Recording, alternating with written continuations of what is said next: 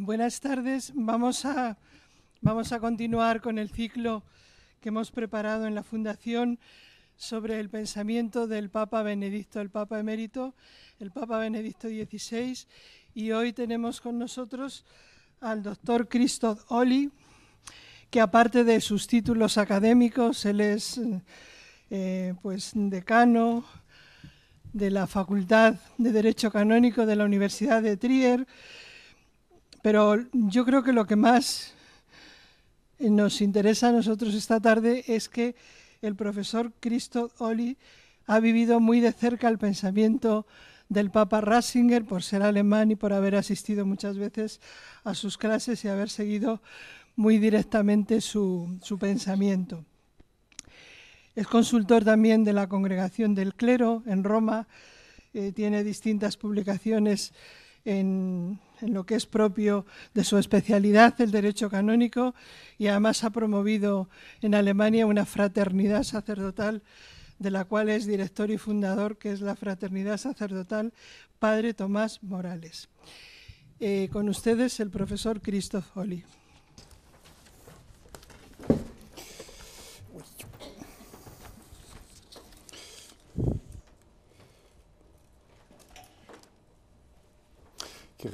Querida Lidia, muchas gracias por la invitación y por la presentación. Quiero comenzar directamente con una declaración fundamental. En su libro de entrevistas, Dios y el mundo, escrito junto con Peter Seewald, el cardenal Josef Ratzinger respondió a la pregunta de qué es lo que distingue a un sacerdote católico de otras personas particularmente excelentes de otras religiones del mundo, de la siguiente forma. En principio, que el sacerdote católico ha recibido un encargo específico de Jesucristo a través de los apóstoles. Así pues, no es la figura común del sacerdote de la historia de las religiones.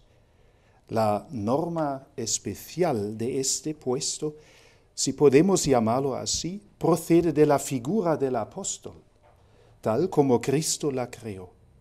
Cristo le ha encomendado predicar su palabra, anunciarlo a Él mismo, proclamar la promesa que Él nos dio.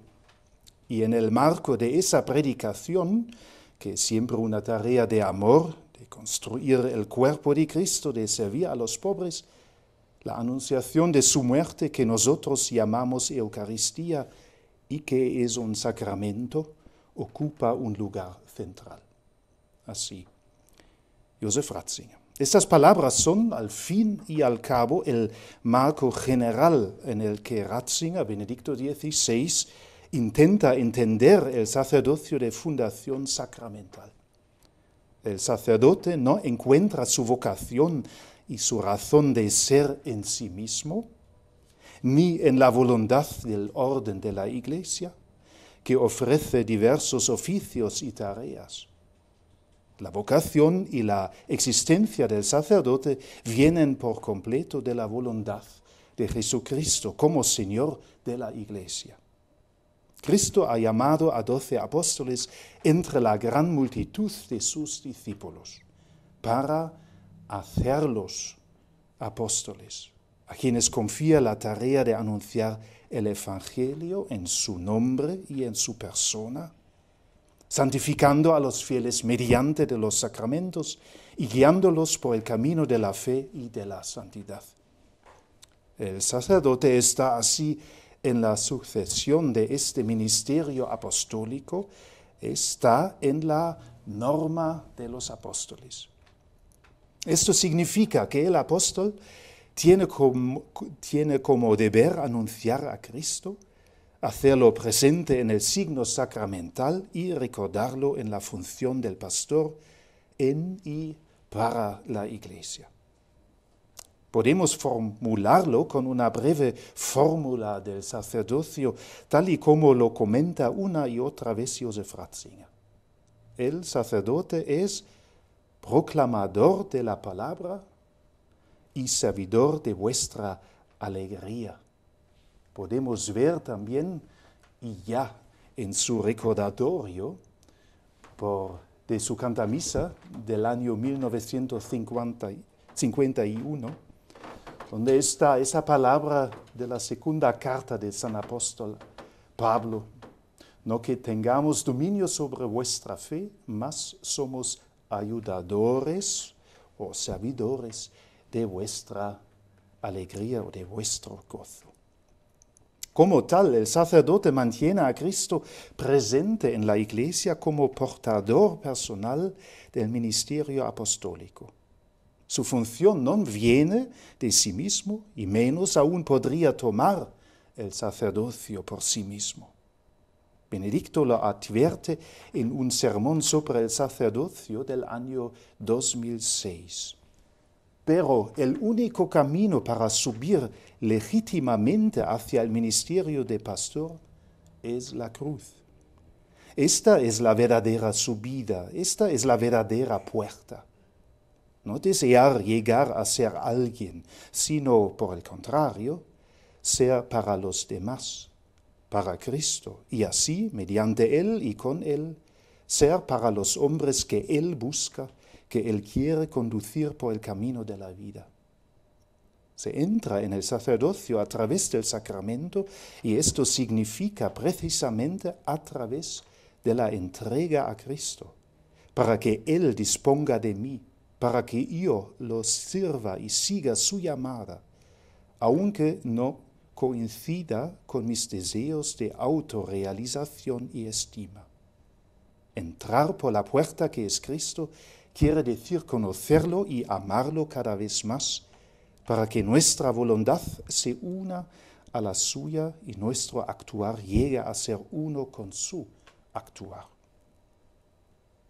Así que la vida y el ministerio del pastor vienen de Cristo, del corazón abierto del buen pastor en la cruz, que da su vida por los suyos. El ministerio del sacerdote tiene presente el servicio de Cristo a su iglesia. Por ello, el sacerdote es parte integrante de la iglesia.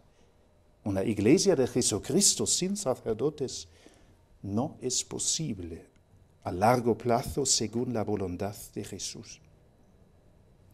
En esta conferencia se quiere tratar de desarrollar lo que esto significa y cómo se desarrolla en la teología de Joseph Ratzinger con la ayuda de unas pocas pautas.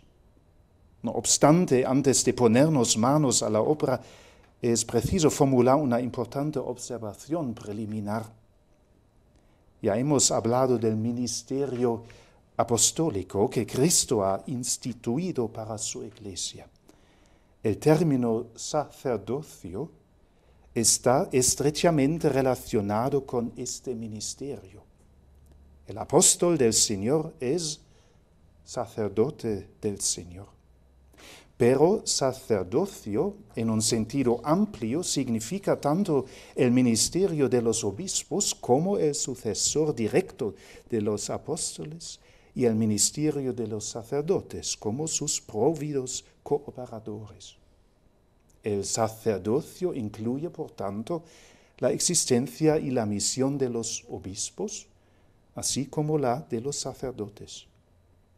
El Concilio Vaticano II expresa esto en la Constitución de la Iglesia, Lumen Gentium, de la siguiente manera: los presbíteros, aunque no tienen la cumbre del pontificado y dependen de los obispos en el ejercicio de su potestad, están, sin embargo, unidos con ellos en el honor del sacerdocio y en virtud del sacramento del orden. Han sido consagrados como verdaderos sacerdotes del Nuevo Testamento a imagen de Cristo, sumo y eterno sacerdote, para predicar el Evangelio y apacentar a los fieles y para celebrar el culto divino. El desarrollo de una teología de sacerdocio según el pensamiento de Joseph Ratzinger debería, por lo tanto, incluir tanto la teología del episcopado como la del sacerdocio en sentido estricto.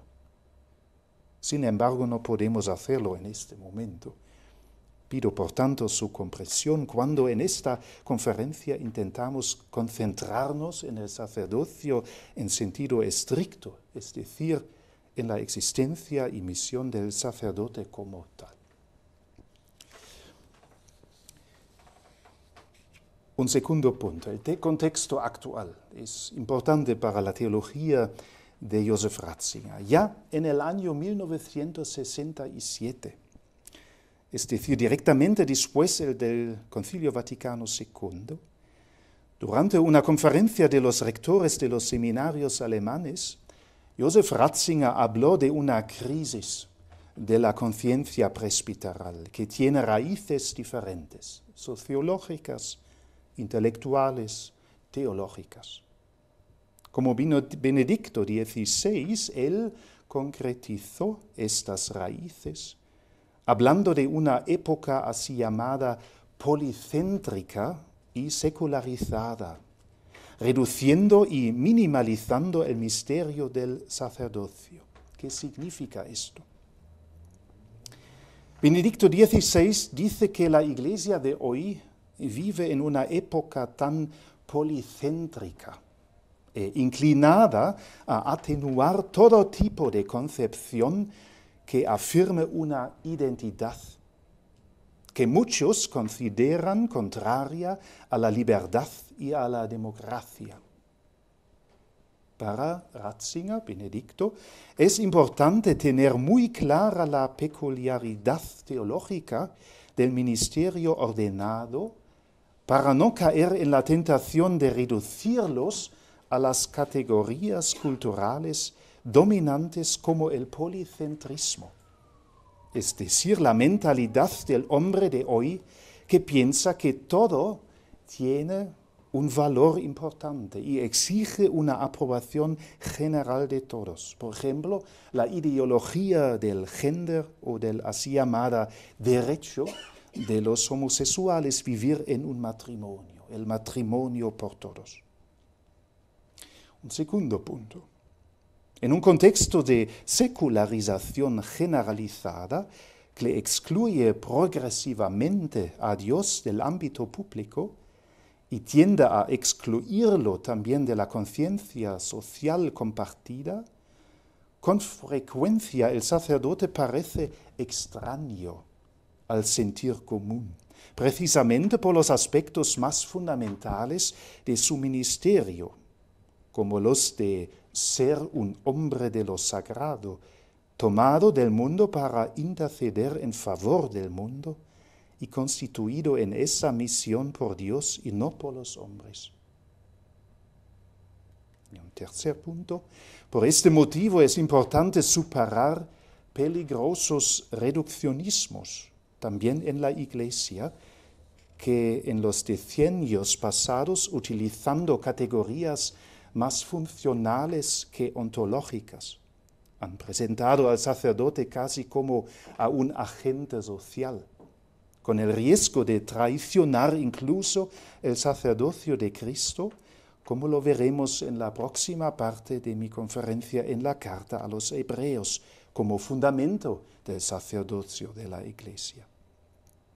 La hermenéutica de la continuidad se revela cada vez más urgente para comprender de modo adecuado los textos del Concilio Vaticano II y, análogamente, resulta necesaria una hermenéutica que Ratzinger, Benedicto, define como una continuidad sacerdotal en el conocimiento del sacerdocio, la cual, partiendo de Jesús de Nazaret y pasando por los 2000 años de la historia de grandeza y de santidad, de cultura y de piedad que el sacerdocio ha escrito en el mundo, ha de llegar hasta nuestros días. Por eso, para Ratzinger y Benedicto es importante que la llamada a participar en el único sacerdocio de Cristo, en el ministerio ordenado, florezca especialmente hoy en el carisma de la profecía de la fidelidad a Cristo y a su Iglesia y su doctrina, es decir, hay gran necesidad de sacerdotes que hablen de Dios al mundo y que presenten el mundo a Dios.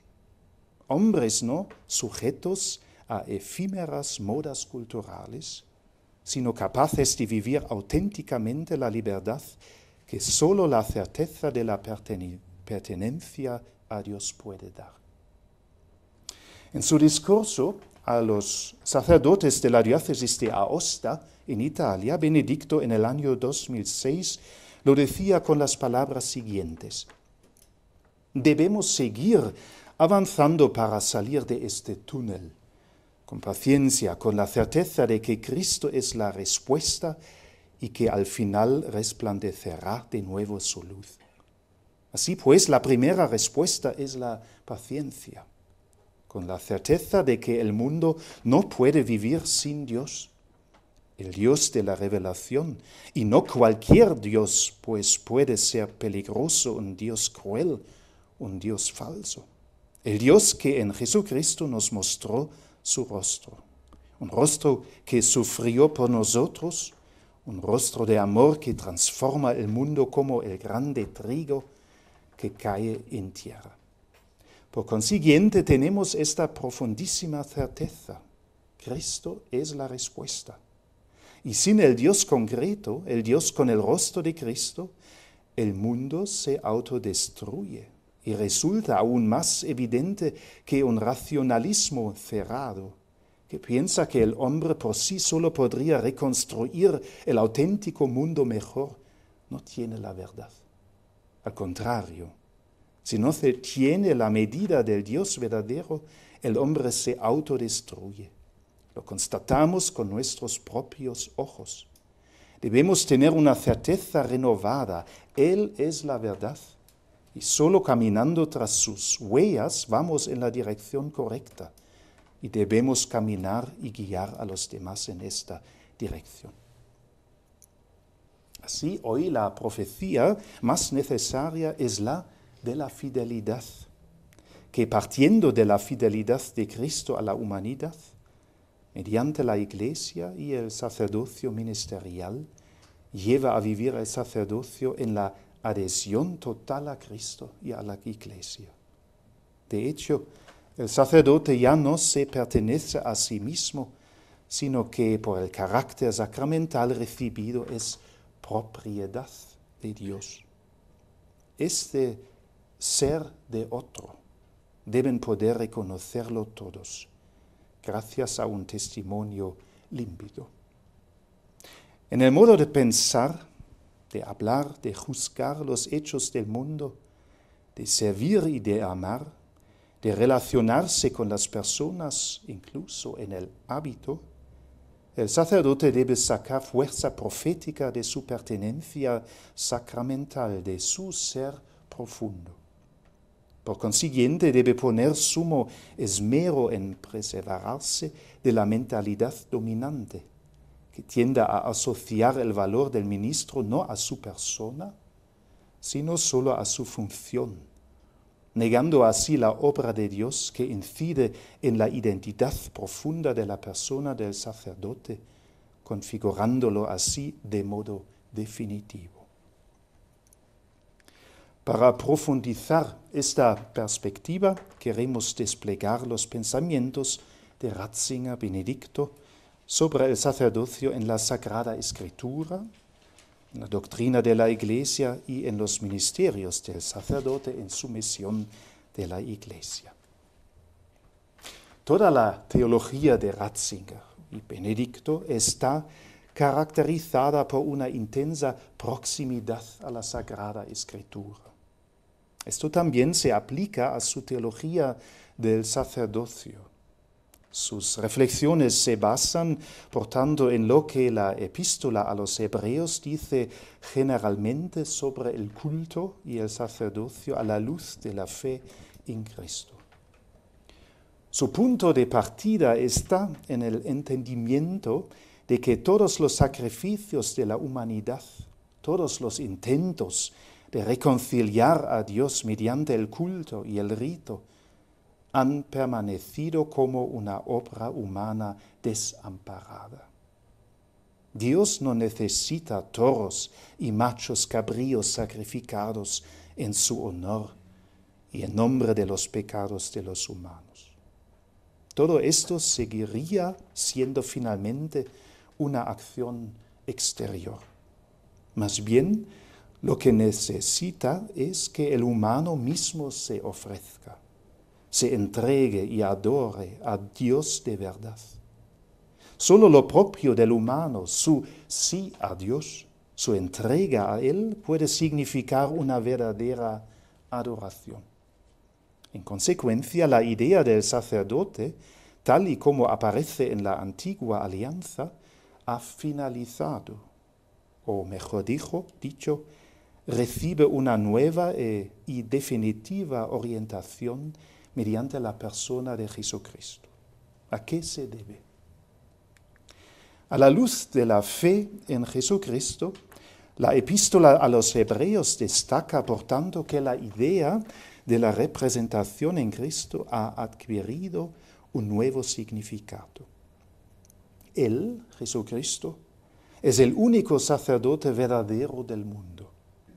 Su vida y su muerte es la única liturgia real del mundo. Una liturgia cósmica en la que Jesús aparece ante la vista del Dios vivo, no en el área delimitada del juego litúrgico en el templo, sino en público, a través de la cortina de la carne, es decir, a través de la cortina de la muerte dentro del templo real, no para ofrecer cualquier cosa, sino para ofrecerse a sí mismo. Es el gesto del amor en la cruz que todo da, que da nada más y nada menos que a sí mismo. Este gesto fue la verdadera liturgia del mundo, la hora de la cruz, el día cósmico de la reconciliación entre Dios y los humanos. No hay otro culto que este, tal y como dice la epístola a los Hebreos, y no hay otro sacerdote que el que lo llevó a cabo, es decir, Cristo. En su sucesión hay apóstoles, es decir, obispos y sacerdotes que viven y actúan en la persona de este único sacerdote. Con este planteamiento básico deben evitarse dos líneas de interpretación extremas.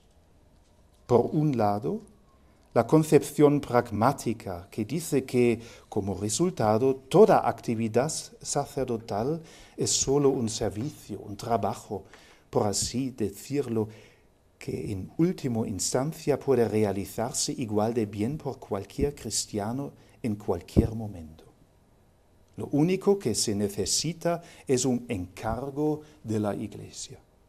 Esta es la opinión de al menos una gran parte de las comunidades protestantes.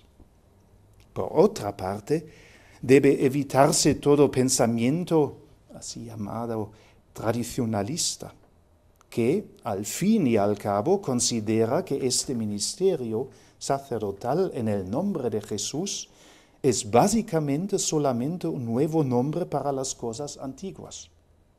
Por lo tanto, el sacerdote sería en sí mismo un siervo independiente de Dios, cuya acción está compuesta del carácter mediador que proviene de sí mismo. Si la primera alternativa convierte la existencia sacerdotal en existencia burguesa, un job, la segunda alternativa permite que la idea del sacerdote recaiga en las ideas paganas y tradicionales del sacerdocio, como en el Antiguo Testamento. Ratzinger, Benedicto, advierte de ambas. Si uno toma las palabras de la epístola a los Hebreos realmente en serio, el resultado es una imagen del sacerdote Jesucristo, que se convierte en el arquetipo de todos los sacerdotes. Jesucristo se tiene por alguien que lleva a cabo una misión. No se ha llamado a sí mismo, ni debe su nombramiento a una elección democrática. Sabe que el Padre le ha enviado. Aquí encuentra la razón de su misión, que abarca su encarnación, su vida, su muerte, su resurrección. Así que Él no viene de sí mismo, sino del Padre. Y no se ha enviado para sí mismo, sino para los demás, para los humanos, para nosotros, para ti. Cuando uno ve esta autoconfianza de Jesús y la comprensión de la fe en el Nuevo Testamento, se aprecia también la estructura básica del sacerdocio sacramental. No se basa en el propio poder ni en la mera.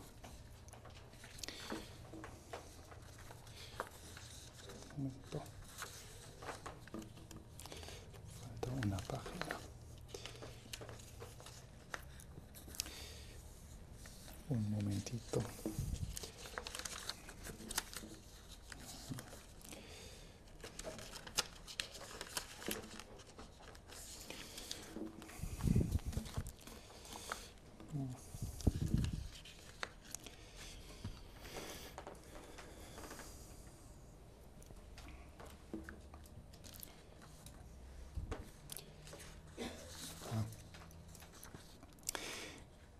No se basa en el propio poder ni en la mera conveniencia o acuerdo, sino en ser llamado a aquello que es incluso la llamada de Dios, la palabra.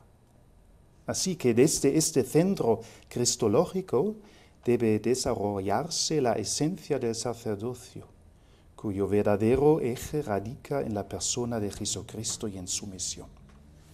Y en este contexto se entienden todas las narraciones de los evangelios que tratan de la vocación de los apóstoles, del círculo de los discípulos.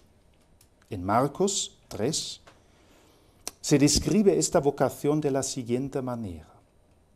Y subió al monte y llamó así a los que él quiso, y vinieron a él. Y designó a 12 para que estuviesen con él y para enviarlos a predicar, y que tuviesen autoridad para sanar enfermedades y para echar fuera demonios. A continuación se suceden los nombres de los 12 apóstoles. Así podemos subrayar 3 elementos importantes del ministerio bíblico apostólico y por tanto del sacerdocio que son decisivos para Ratzinger, Benedicto. Un primer punto, un primer elemento, Cristo llama a quien Él desea. El ministerio del apóstol es, por lo tanto, ante todo, una respuesta a una llamada y a una aceptación de su voluntad, del único sacerdote. Así que no llama a quienes quieran hacer esto por sí mismos, sino que llama a los que Él desea. La vocación se basa en consecuencia en la escucha de la llamada, que se convierte en obediencia a la voluntad divina. Un segundo elemento. Asimismo, en las oraciones evangélicas se hacen evidentes los 2 polos del ministerio sacerdotal: estar con Él y ser enviado. Ambos parecen ser mutuamente excluyentes. O van con Él o son enviados y se alejan de Él hacia aquellos a los que Él mismo no llega. Pero esta es precisamente la tensión apremiante de esta vocación. Si la misión sacerdotal es anunciar a Jesucristo a los humanos en palabra y en hechos, en palabra y en sacramento, el requisito previo es conocerlo primero, estar con Él, vivir con Él y encontrar así el verdadero lugar de la propia vida y de la propia vocación. Para el sacerdote que intenta hablar a las personas sobre Cristo, no hay nada más importante que esto, practicar el estar con Él, practicar la vida con Él, en la oración constante, escuchando su palabra, en la celebración y recepción de los sacramentos, en la vida con la Iglesia. Y un tercer elemento: a diferencia de los sacerdotes judíos y paganos, el sacerdote no es principalmente un ministro de culto que lleva a cabo un cierto ritual, sino un mensajero que continúa la misión de Cristo con la humanidad. Esto incluye la proclamación de la palabra de Dios, así como la celebración litúrgica de los sacramentos, pero siempre en la persona de quien lo envió, Jesucristo. Por eso cada sacerdote no es un sacerdote de sí mismo, sino un sacerdote como vicario, representante de Jesucristo. Es precisamente con esto que Ratzinger, además de la gran responsabilidad del sacerdote, justifica también la santa despreocupación, que, él dice, nos permite ejercer nuestro ministerio con alegría, relajados y sin temor. Y añade: cuando empezamos a preocuparnos por la carga de la responsabilidad, debemos aprender a tomarnos a nosotros mismos un poco menos en serio. Y debemos saber que al final nosotros no somos la salvación del mundo, sino Él. Y que quiere que recorramos nuestro camino sin terror y con alegría. Quiere que, sin mirar alrededor y sin calcular, sin duda con humildad, pongamos a disposición nuestra debilidad y lo que somos capaces de hacer, y que se lo dejemos también a los demás. Quiere que le dejemos nuestra propia insuficiencia, creyendo y esperando a Él, el verdadero sumo sacerdote, el único que puede darnos una y otra vez el ministerio sacerdotal verdadero. Ya hemos dicho que el sacerdote ya no se pertenece a sí mismo, sino que por el carácter sacramental recibido es propiedad de Dios. Esto es importante y el núcleo para comprender la esencia del sacerdocio. La vocación del sacerdote, por tanto, es altísima y sigue siendo un gran misterio, incluso para quienes la han recibido como don. Las limitaciones y debilidades de los sacerdotes deben inducirnos a vivir y a custodiar con profunda fe este don precioso, con el que Cristo los sacerdotes han configurado así, haciéndolos partícipes de su misión salvífica. Pero, ¿qué significa esto? El sacerdote es propiedad de Dios.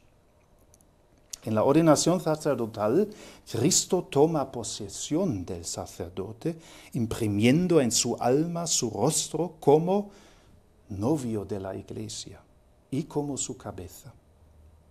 Para comprender lo que significa que el sacerdote actúa in persona Christi capitis, sí, en la persona de Cristo cabeza, y para entender también las consecuencias que derivan de la tarea de representar al Señor, especialmente en el ejercicio de los tres oficios de enseñar, santificar y gobernar, es necesario aclarar ante todo lo que se entiende por representar.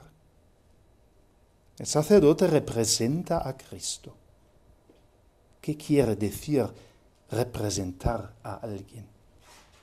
En el lenguaje común, generalmente quiere decir recibir una delegación de una persona para estar presente en su lugar, para hablar y actuar en su lugar, porque aquel que es representado está ausente de la acción concreta. ¿El sacerdote representa al Señor de la misma forma? No, porque en la Iglesia Cristo no está nunca ausente. La iglesia es su cuerpo vivo y la cabeza de la iglesia es Él, presente y operante en ella. Cristo no está nunca ausente, al contrario, está presente de una forma totalmente libre de los límites del espacio y del tiempo, gracias al acontecimiento de su resurrección. Por lo tanto, el sacerdote que actúa in persona Christi Capitis, es decir, en representación del Señor, no actúa nunca en su propio nombre o en el nombre de un ausente, sino en la persona misma de Cristo resucitado, que se hace presente con su acción realmente eficaz. Actúa realmente y realiza lo que el sacerdote no podría hacer. La consagración del vino y del pan para que sean realmente presencia del Señor y la absolución de los pecados. El Señor hace presente su propia acción en la persona que realiza estos gestos. Los tres oficios del sacerdote, que la tradición de la Iglesia ha identificado en las diversas palabras de misión del Señor, es decir, enseñar, santificar y gobernar, en su distinción y en su profunda unidad son una especificación de esta representación eficaz. Esas son en realidad las tres acciones de Cristo resucitado, el mismo que hoy en la Iglesia y en el mundo enseña y así crea fe, reúne a su pueblo, crea presencia de la verdad y construye realmente la comunión de la Iglesia universal y santifica y guía. En esta línea, Benedicto XVI dijo a los obispos de la Suiza: sin embargo, creo que también es importante sobre todo que el sacerdote no se limite al sacramento y a la jurisdicción, con la convicción de que todas las demás funciones podrían realizarlas también otras personas, sino que se conserve la integridad de su ministerio.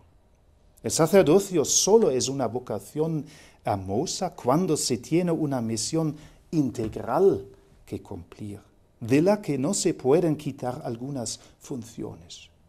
Y desde siempre, incluso en el culto del Antiguo Testamento, forma parte de esta misión el deber del sacerdote de unir al sacrificio la palabra, la cual es parte integrante del conjunto.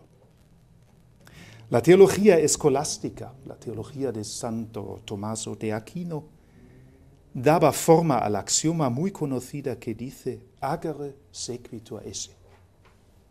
La actuación se deduce del ser.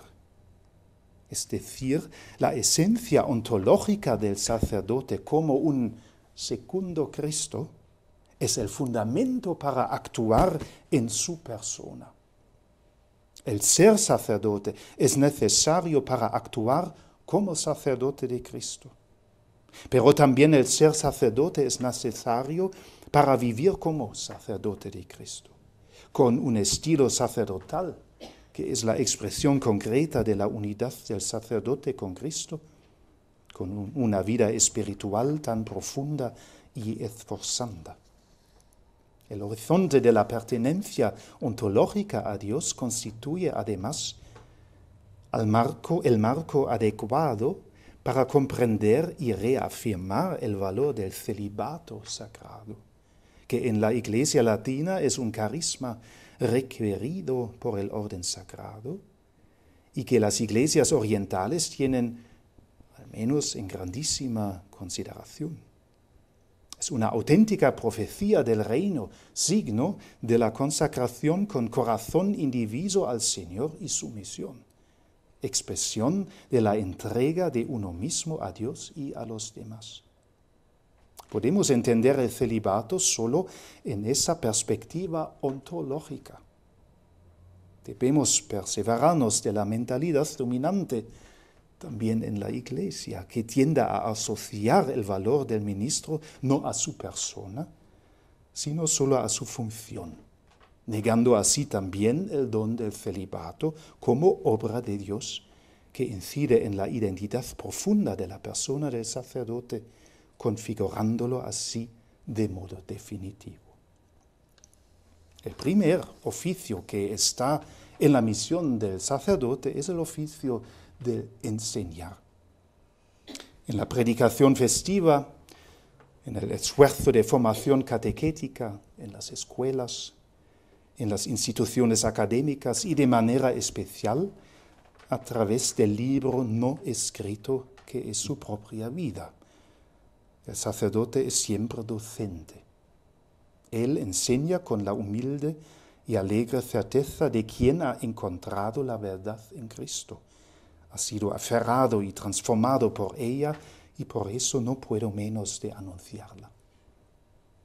Hoy vivimos en una gran confusión policentrística sobre las opciones fundamentales de nuestra vida y los interrogantes importantes sobre el mundo y el hombre. Interrogantes cómo debemos vivir y cuáles son los valores realmente pertinentes.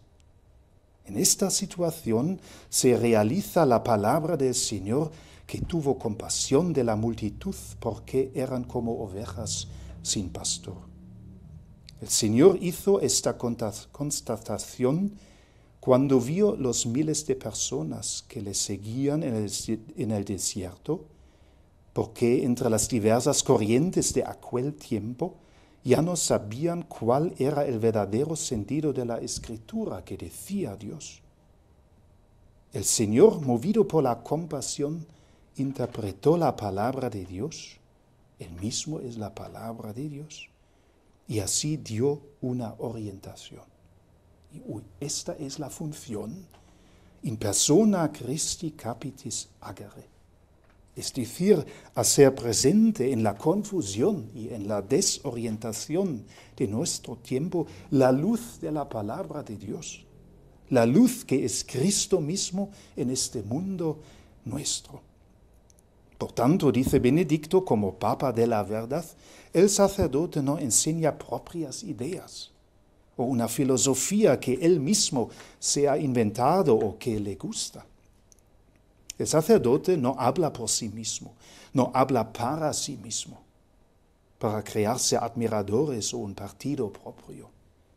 No dice cosas propias, invenciones propias, sino que el sacerdote enseña en nombre y en persona de Cristo sacerdote presente, proponiendo la verdad que es Cristo mismo, su palabra, su modo de vivir y de ir adelante. Para el sacerdote vale lo que Cristo dijo de sí mismo: mi doctrina no es mía. Es decir, Cristo no se propone a sí mismo, sino que, como hijo, es la voz, la palabra del Padre. También el sacerdote siempre debe hablar y actuar así con palabras de Benedicto. Mi doctrina no es mía. No propago mis ideas o lo que me gusta, sino que soy la boca y el corazón de Cristo y hago presente esta doctrina única y común que ha creado a la Iglesia universal y que crea vida eterna. Este hecho no significa que el sacerdote sea neutro, casi como un portavoz que lee un texto que quizá no hace suyo. También en este caso vale el modelo de Cristo que dijo: yo no vengo de mí mismo y no vivo para mí mismo, sino que vengo del Padre y vivo para el Padre. Por ello, en esta profunda identificación, la doctrina de Cristo es la del Padre y Él mismo es uno con el Padre. El sacerdote que anuncia la palabra de Cristo, la fe de la Iglesia y no sus propias ideas, debe decir también: yo no vivo de mí y para mí, sino que vivo con Cristo y de Cristo. Y por ello lo que Cristo nos ha dicho se convierte en mi palabra, aunque no es mía. La vida del sacerdote debe identificarse con Cristo y de esta forma la palabra non propia se convierte, sin embargo, en una palabra profundamente personal. Esto es la unidad entre palabra y hecho en la vida del sacerdote. Verba docent exempla traunt. Las palabras enseñan, los ejemplos impresionan. Llegamos a la segunda tarea del sacerdote de santificar. Santificar a una persona significa, por tanto, ponerla en contactos con Dios, con su ser luz, verdad, amor puro. Pero ningún hombre por sí mismo, partiendo de sus propias fuerzas, puede poner a otro en contacto con Dios. El don, la tarea de crear este contacto, es parte esencial de la gracia del sacerdocio. Esto se realiza en el anuncio de la palabra de Dios, en la que su luz nos sale al encuentro. Se realiza de un modo particularmente denso en los sacramentos. La inmersión en el misterio pascual de muerte y resurrección de Cristo acontece en el bautismo. Se refuerza en la confirmación y en la reconciliación.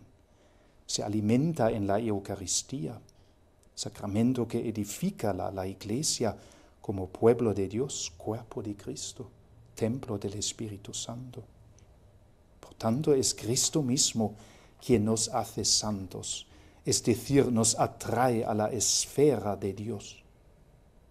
Pero como acto de su infinita misericordia, llama a algunos a estar con Él y a convertirse mediante el sacramento del orden, pese a su pobreza humana, en partícipes de su mismo sacerdocio, ministros de esta santificación, dispensadores de sus misterios o, como dice el venerable siervo de Dios, Padre Tomás Morales, puentes del encuentro con Él, de su mediación entre Dios y los hombres y entre los hombres y Dios. En la misma crismal del año 2010 nos recordó Benedicto: el sacramento es el centro del culto de la Iglesia.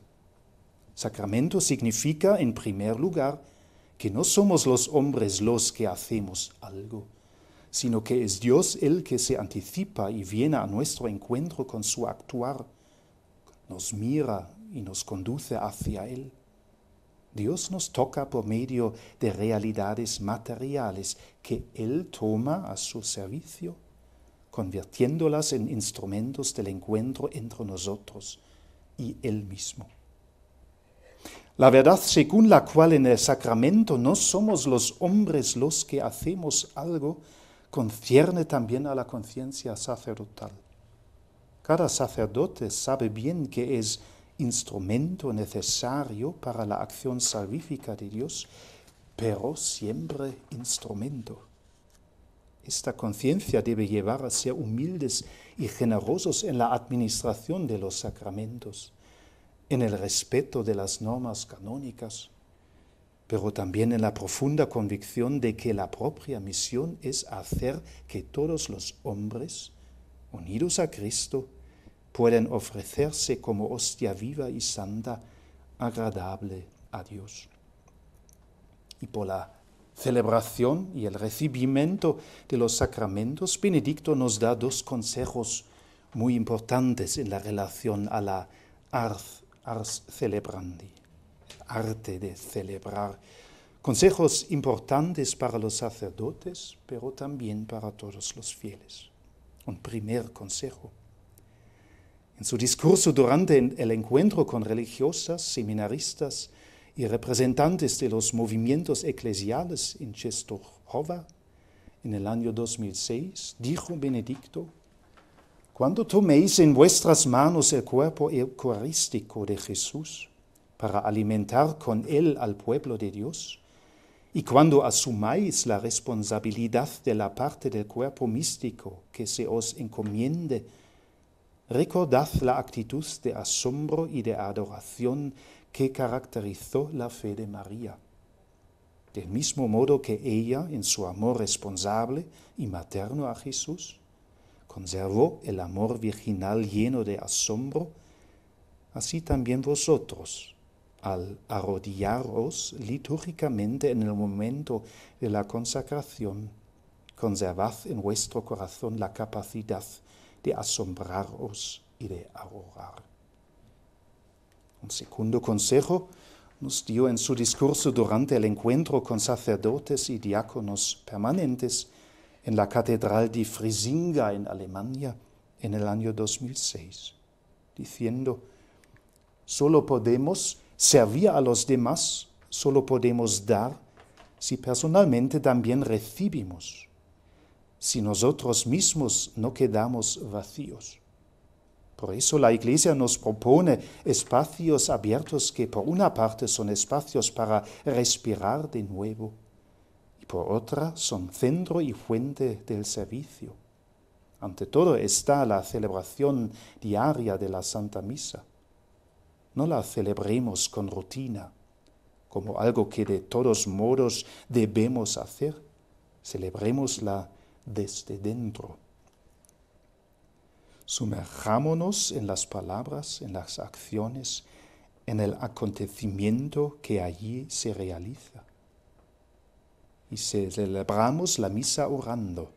Sí, al decir esto es mi cuerpo, brota realmente la comunión con Jesucristo, que nos impuso las manos y nos autorizó a hablar con su mismo yo.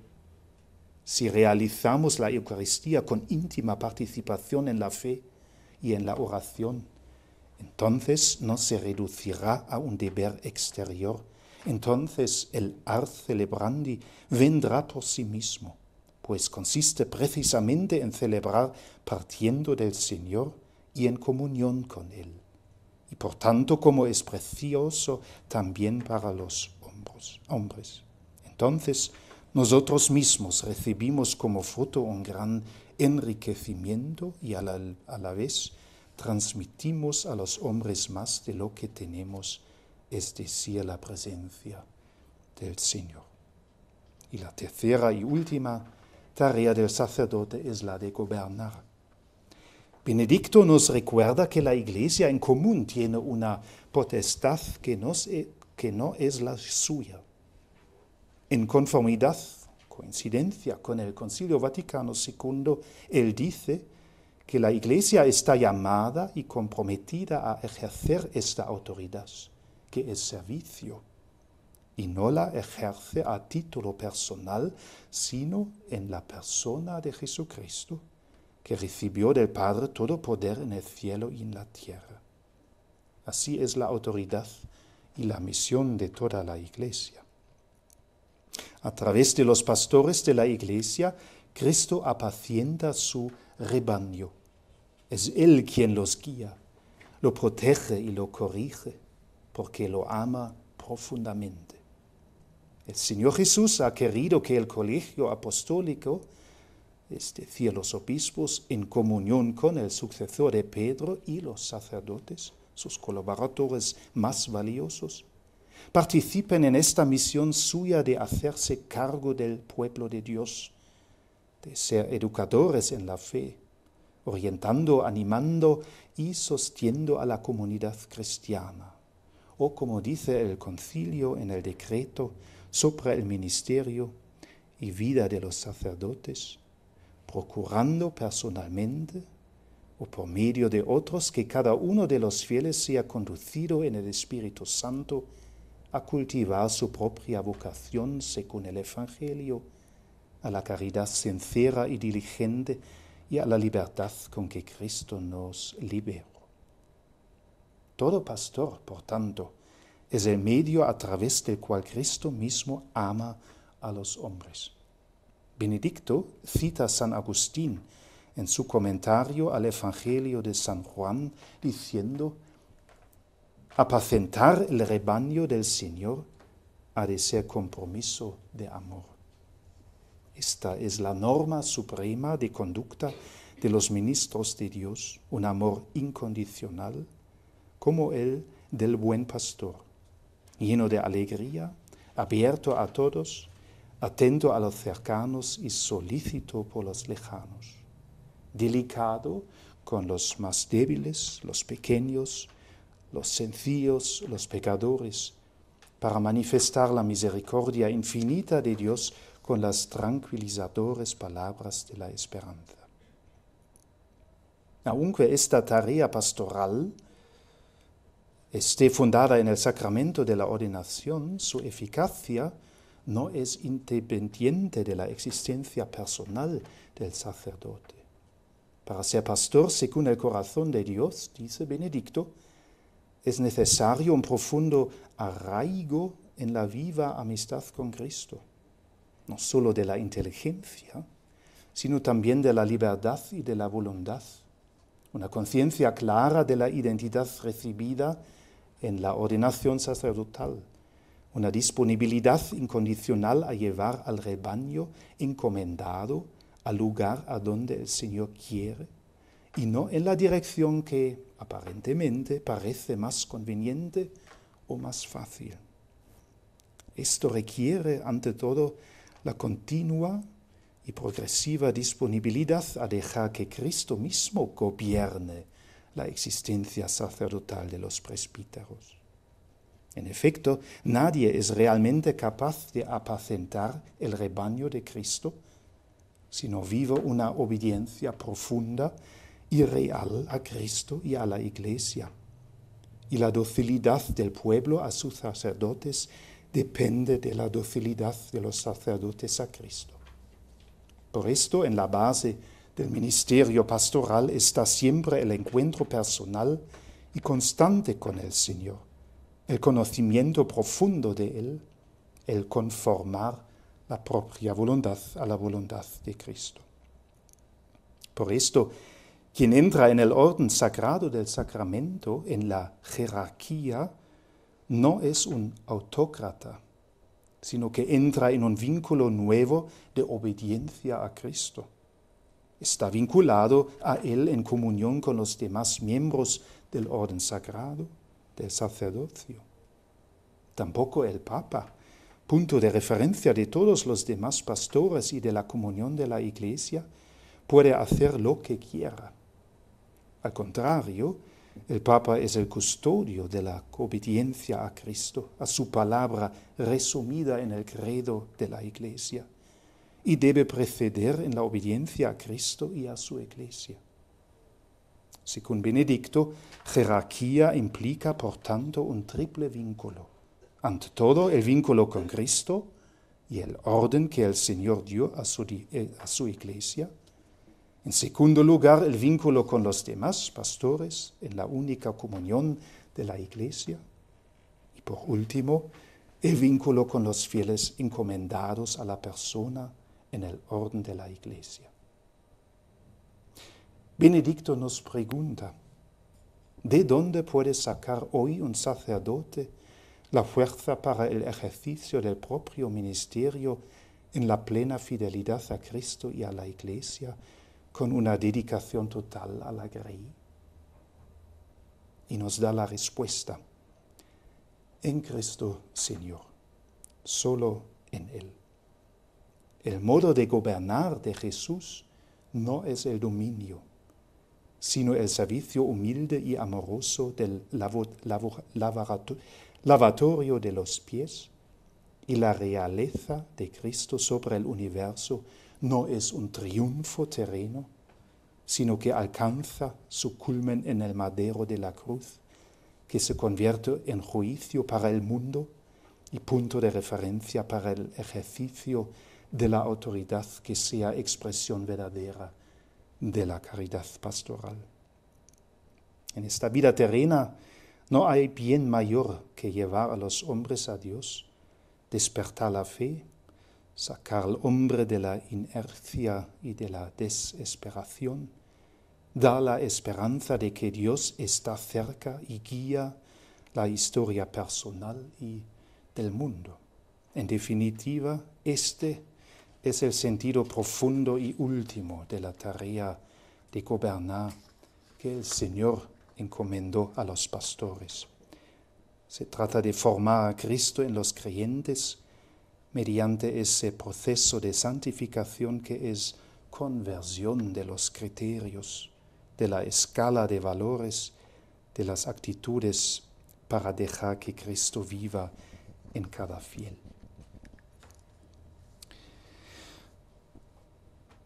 Hay mucho más para decir y para meditar, para interiorizar de la teología del sacerdocio en el pensamiento de Joseph Ratzinger, Benedicto XVI. Mucho más. Su pensar sobre el sacerdocio es una fuente inagotable. Pero tengo que terminar mis reflexiones pequeñas y marginales. Y quiero hacerlo con un texto espiritual de un santo obispo alemán. Hay santos obispos alemanes. El obispo Santo Norbert, obispo de Magdeburgo en Alemania del Este en el siglo XII. Me parece el texto como un resumen impresionante y despertante para la Iglesia y para cada sacerdote, especialmente en el contexto actual de la Iglesia y del mundo. Santo Norbert formuló el texto en latín. Por eso quiero comenzar con unas palabras en latín, pero después en español. O sacerdos, quis es tu? Tu non es tu, quia Deus es. Oh sacerdote, ¿quién eres tú? Tú no eres tú porque eres Dios. Tú no eres de ti porque eres siervo y ministro de Cristo. Tú no eres tuyo porque eres esposo de la Iglesia. Tú no eres para ti porque eres mediador entre Dios y los hombres. Tú no eres por ti mismo porque eres nada. ¿Qué eres entonces, oh sacerdote? Nada y todo. Gracias, muchas gracias, muchísimas gracias.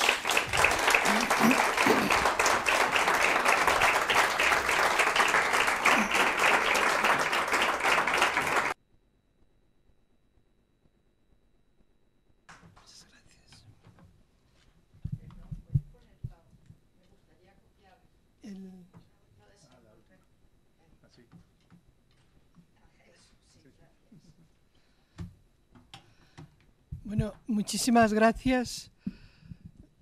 Ha sido una espléndida conferencia que no nos ha cansado nada, nos ha dejado ganas de más. Y yo cuando le escuchaba y veía cómo iba él desgranando lo que es un sacerdote, esa grandeza que Dios ha conferido a algunos, a los que él ha querido, pues recordaba en algunos viajes que yo he hecho a México. Allí tienen una conciencia muy viva de la necesidad del sacerdocio y hay muchos sacerdotes y hay seminarios que tienen, algunos son los más numerosos del mundo, uno en concreto de Guadalajara, en México. Pero todos los días en las parroquias, en la Santa Misa, hacen una oración pidiendo al Señor que les envíe sacerdotes y sacerdotes santos, sacerdotes según el corazón de Cristo, según lo que nos ha relatado el profesor Oli y lo que nos ha bellamente explicitado también del cardenal Ratzinger. Entiendo que si de esta conferencia nosotros también sacamos pues, un deseo de pedir y rogar a Dios que nos envíe muchos y santos sacerdotes, pues a lo mejor es un fruto duradero.